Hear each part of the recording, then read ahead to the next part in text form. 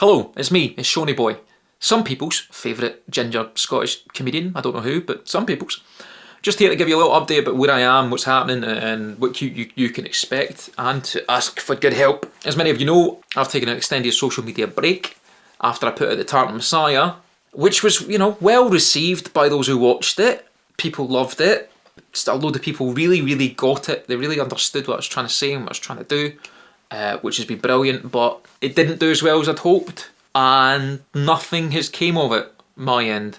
It's been really quiet in terms of people getting in touch with me, offering me opportunities. There have been none. And for me to make something like that, which, there's nothing else like it in Scotland just now, nobody else has been doing what I've been doing, and for nothing to come of it it's a bitter pill to swallow, So that's put me in a downer. Social media, as always, is just doing my tits in. I think we're living in this mental dystopia, and I'm desperately trying to find a way through it. I'm desperately trying to find a way through the fucking polarisation and the tribalism and the culture war and the algorithms and all this shit. And I'm praying and I'm hoping that there is something better out there, that there is a better way that we can communicate and deal with each other, because the only thing left is despair.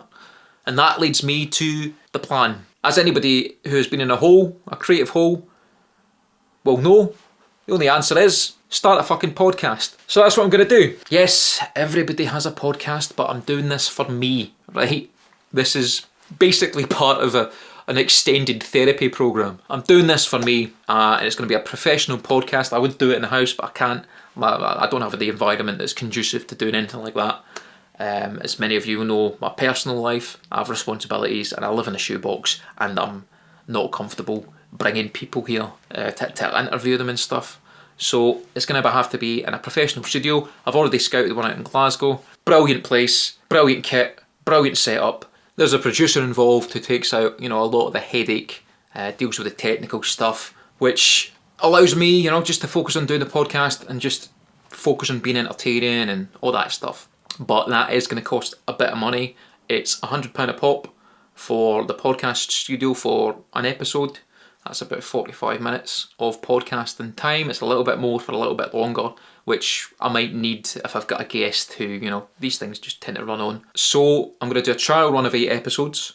I think that is a good enough number to gauge whether people are interested or not, and hopefully we can get that being self-funded, and I'll just keep that going if it does get up and running. I also want to be able to pay people for their time. You know me, I like to pay people, and just cover their travel costs. I just think that's a polite thing to do. So I'm going to try and raise £1,500 to do 8 episodes of this podcast, and then we'll just see where it goes. And this is going to be a little different for me, It's not going to be me making fun of Patrick Harvey for 8 episodes or whatever.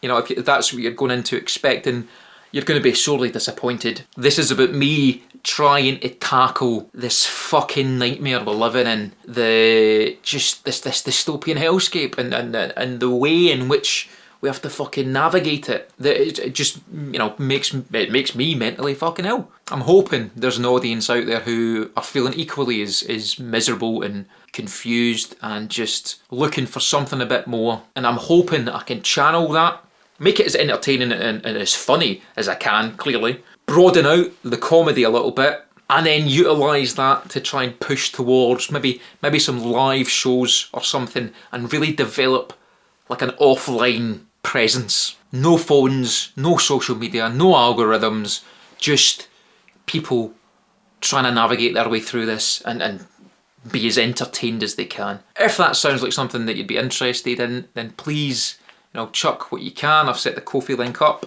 and anything extra that gets raised will just allow me to shop in Lidl's, once in a while, because it's brutal right now, I tell you.